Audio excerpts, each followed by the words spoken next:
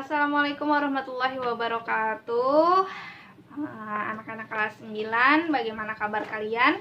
Semoga kalian selalu dalam kondisi yang sehat serta istiqomah dalam mempertahankan semangatnya dalam belajar. Selamat datang kembali di video pembelajaran bahasa Indonesia. Nah, kita akan lanjutkan materi setelah PTS masih dalam bab teks cerita pendek.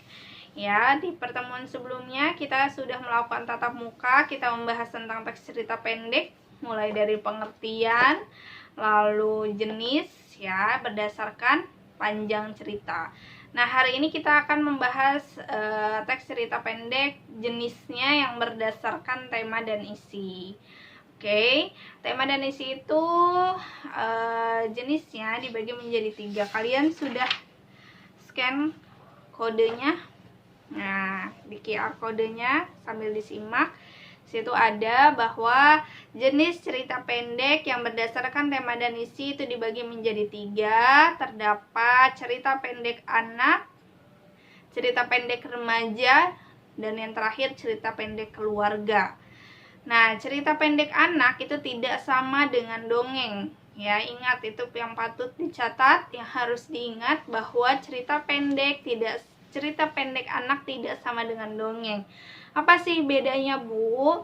Jadi cerita pendek itu lebih kepada kehidupan sehari-hari anak-anak. Sedangkan dongeng itu lebih banyak yang fiktif. Walaupun cerita pendek juga termasuk cerita fiktif, namun jika dibandingkan dengan dongeng, cerita pendek lebih memiliki campuran kehidupan nyatanya, kehidupan nyata, kehidupan sehari-hari anak-anak seperti apa gitu. Ya, itu cerita pendek anak yang biasanya dimuat di majalah-majalah anak-anak, contohnya majalah Bobo. Mungkin kalau sekarang yang berlangganan masih ada atau tidak, informasinya ke Ibu boleh deh ya, majalah Bobo masih ada atau enggak, atau ada terbitan majalah anak-anak lainnya, boleh sharing ke Ibu ada majalah apa, kalian mungkin lebih tahu ya. Di sana biasanya para penulis cerpen anak-anak memuat karyanya di majalah anak-anak. Oke, nah itu cerita pendek anak. Yang kedua, cerita pendek remaja. Nah, di sini temanya itu lebih complicated lagi, lebih rumit lagi, tentang pergaulan seusianya, maksudnya seremaja, pada masa remaja, pergaulan pada masa remaja, hubungan antara teman, lalu juga temanya tentang antara anak dengan keluarganya seperti apa, yaitu masuk kepada cerita pendek remaja ya. Nah, selanjutnya yang terakhir cerita pendek keluarga. Di sini tentang temanya itu isinya tentang permasalahan keluarga, diangkatnya cerita-cerita kehidupan sehari-hari tentang keluarga. Itu yang dimaksudkan cerita pendek berdasarkan tema dan isi. Ya, jadi dibagi menjadi 3, ada cerita pendek anak, cerita pendek remaja, dan yang terakhir cerita pendek keluarga. Yang patut diingat bahwa cerita pendek anak tidak sama dengan dongeng.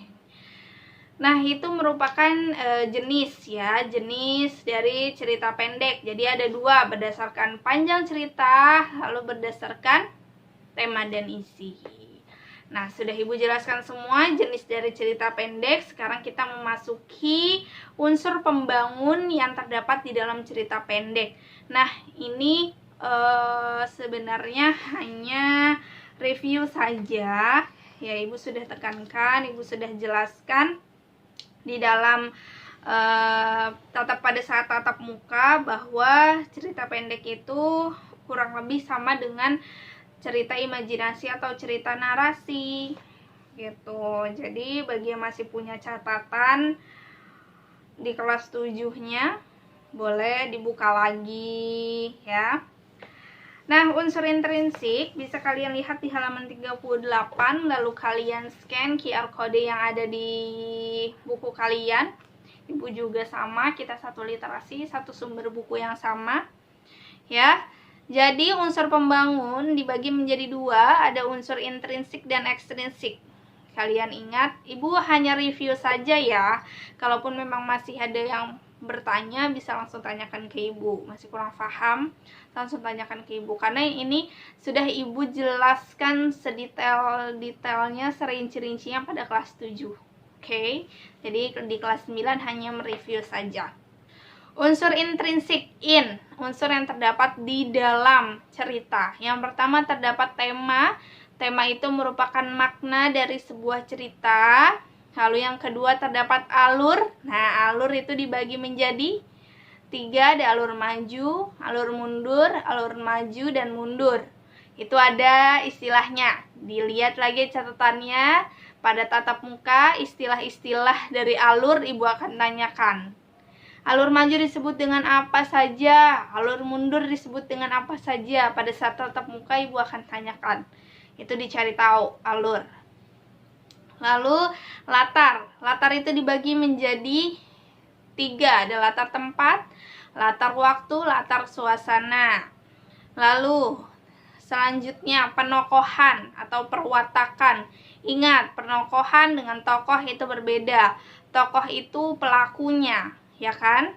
Sedangkan penokohan itu sifat dari si tokoh. Nah, tokoh dibagi nih, penokohan dibagi menjadi protagonis dan antagonis. Kalau protagonis seperti apa? Ya, sudah tahu kalian. Antagonis seperti apa? Nah, itu Ibu nggak mau nge-review lagi. Kalau itu pasti sudah di luar kepala, insya Allah masih ingat. Nah, sudut pandang. Di sini sudut pandang juga dibagi menjadi 3. Ada sudut pandang orang ketiga, sudut pandang orang pertama, dan sudut pandang campuran. Itu juga sudah Ibu jelaskan. Ya, yang terakhir amanat. Amanat ini merupakan pesan yang terdapat di dalam sebuah cerita. Oke. Selanjutnya terdapat unsur ekstrinsik. Unsur ekstrinsik, X berarti di luar, unsur yang terdapat di luar cerita. Yang pertama itu terdapat bahasa. Bahasa itu maksudnya apa? Jadi bahasa merupakan sarana yang digunakan dalam karya sastra. Bahasa yang digunakan dalam sebuah karya dipengaruhi oleh bahasa pengarang seperti dialek, kebiasaan berbahasa, dan pengaruh bahasa asing. Nah, di sini maksud dari bahasa berarti bahasa yang digunakan di dalam cerita itu seperti apa gitu. Bahasa daerah kah atau bahasa sehari-hari, seperti itu ya. Nah, yang kedua, unsur ekstrinsik, latar belakang pengarang. Jadi sudah berapa karya, latar belakang pengarangnya sudah memiliki beberapa karya, lalu juga namanya siapa dan sebagainya. Ya, jadi tentang si pengarang atau si penulis dari cerita pendek. Nah, yang terakhir nilai-nilai dalam cerpen. Nilai-nilai, nilai moral, nilai sosial, budaya, religius, politik, dan nilai kepahlawanan di dalam cerita tersebut yang bisa diambil. Nah, itu merupakan unsur-unsur pembangun yang terdapat dalam cerita pendek. Ya, dibaca lagi bukunya, coba dicari lagi catatan kelas 7-nya. Yang rajin mencatat pasti ada catatannya. Ya, semoga bermanfaat untuk kalian. Ibu akhiri dipelajari dengan baik ya. Pokoknya pada saat tatap muka nanti Ibu akan tanyakan kembali, kita akan review kembali materi yang Ibu jelaskan secara daring ini. Oke. Terima kasih. Ibu akhiri. Assalamualaikum warahmatullahi wabarakatuh.